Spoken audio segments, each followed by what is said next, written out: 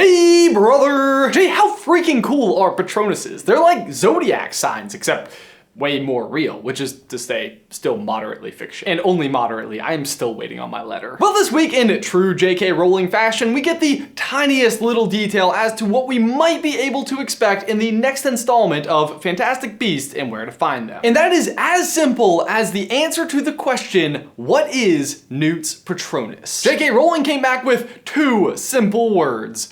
Big spoiler. Man, well now I have to know! Today, we make our case. Hey,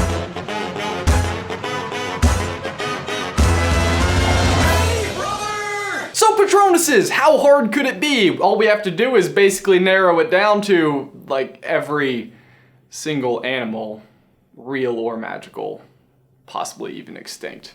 Easy peasy! But I mean, there's gotta be, like, a good starting place, right? It's not like Newt loves every animal. Okay, well, so according to Pottermore, the most common Patronesses across the board are cats, dogs, and horses. This is due to humans' long-standing connections with these specific animals, and as such, more likely that people are going to have some type of connection with them. But just having a connection with an animal doesn't necessarily predict your Patronus at all. Patronesses really depend more on what is hidden within, unknown, but necessary to your personality. That is, at least according to 18th century charms researcher Spangle, who developed a few principles on Patronesses that are now believed to be true. He says, Patronesses are the awakened secret self that lies dormant until needed, but which must now be brought to light. So let's see how that applies to the Patronesses we actually know about. Easily the most famous is Harry's stag, aka Prongs, aka the form his father took as an animagus, which according to Spangle would suggest that Harry's secret self was one very similar to his father, or at least that was someone who he would like to be like. So in order for Harry's Patronus to take on the corporeal form, he needed to summon this inner strength that before that moment he believed only his father to possess. Even just before he casts it for the first time, he genuinely believes that somehow his father is going to step in and do it. My dad will come. He'll come to the Patronus. Then maybe the other most famous Patronus is Snape's Silver Doe, which doesn't actually represent his secret self, but probably his biggest secret, which is his undying love for Lily, whose Patronus was also a doe. This brand of Patronus, meaning one that is reflective of someone you love, is pretty common throughout the series. For example, Tonks's is a jackrabbit and changes into a wolf after she falls in love with Lupin, a werewolf. Lupin's Patronus is also a wolf. Hermione's Patronus is an otter, which is a member of the Weasel-y family. Get it, like Ron Weasel? Speaking of Ron, his Patronus is a Jack Russell Terrier, which may not seem connected to anything at all until you learn that Jack Russell Terriers were originally bred to track down things like rats, badgers, foxes, and otters. Aww. Also, fun fact, JK Rowling had a pet Jack Russell Terrier when writing the books, and her favorite animal is an otter, although her Patronus is actually a pine marten. But love is not the only thing that can influence your Patronus. In rare cases, it can actually be your favorite animal. Spangle says, this is an indicator of obsession or eccentricity, and such wizards are unable to hide their secret or essential self in real life. Fittingly, the eccentric Dumbledore matches this description, and as such, his favorite animal, the Phoenix, is also his Patronus. Which brings us back to Newt, who is also pretty eccentric, but I can't imagine he would ever choose one creature to be his favorite. Maybe the Bowtruckle, but that seems like a rather unintimidating Patronus, and how is that spoilery? We do know that Newt goes on to own several Kneazles, and that Kneazles are commonly confused with a cat, and cats are some of the most common Patronuses, but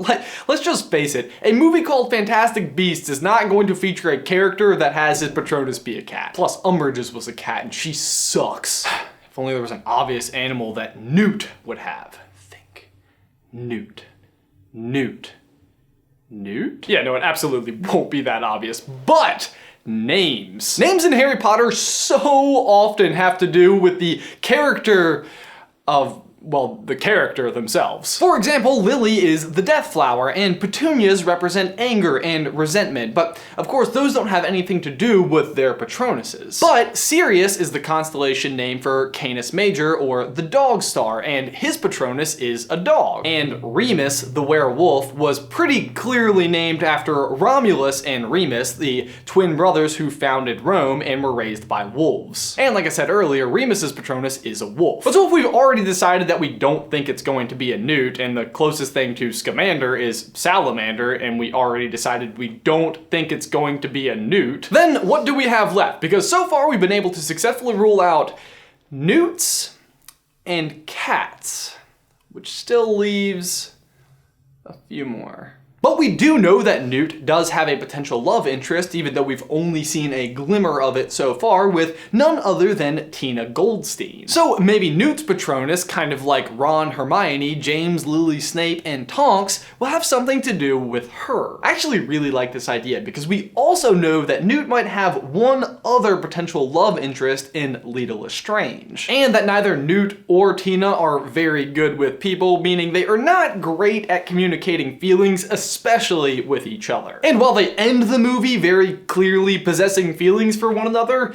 neither is very explicit about it. I'll send you a copy of my book if I may. I'd like that. I can easily see a scenario where Tina comes to believe that Newt actually fancies Lita over herself until the Patronus is revealed. But the question is, what will it be? Well, Tina is actually not her full name. Tina's real name is Porpentina, which is derived from the archaic word porpentine, which is another word for porcupine. Boom. Newt's Patronus will be a porcupine. I love this actually because it's incredibly unusual without it being one of his fantastic beasts, which I just simply don't think they could choose between. And it represents that idea of kind of hidden identity. Just like with Harry, he doesn't believe he's powerful enough to cast the Patronus. He believes it has to be his father. Newt does not believe he is good with people. Not really, no, I annoy people. And doesn't seem to much like them back. The most vicious creatures on the planet, humans. And the only other person he truly had a connection with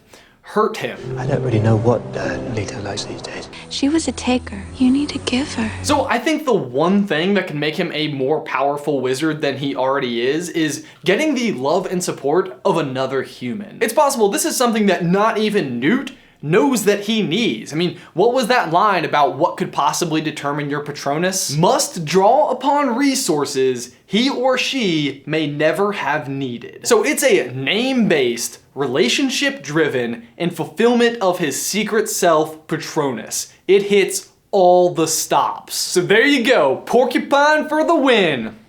And that would be a great t-shirt. I agree, make it happen. Hashtag porcupine for the win. There you go, guys. That is my theory for what Newt's Patronus is going to be. For my question of the day, what do you think? Do you agree? Do you disagree? Do you have a theory of your own? And also, what is your Patronus? Be sure to leave your thoughts in the towel section down below. Also, if you guys would like to send us porcupine for the win artwork, we will probably feature it on this channel and or put it on a shirt. But guys, as always, thanks for watching. Be sure to like this video and subscribe to the channel if you haven't already. If you'd like to see some more Fantastic Beasts or Harry Potter action from us, you can click right here to find out the true owner of Crookshanks, or right here to find the other unanswered questions about Fantastic Beasts. But Jay, that is everything that I've got for you today, man. I will see you on Tuesday.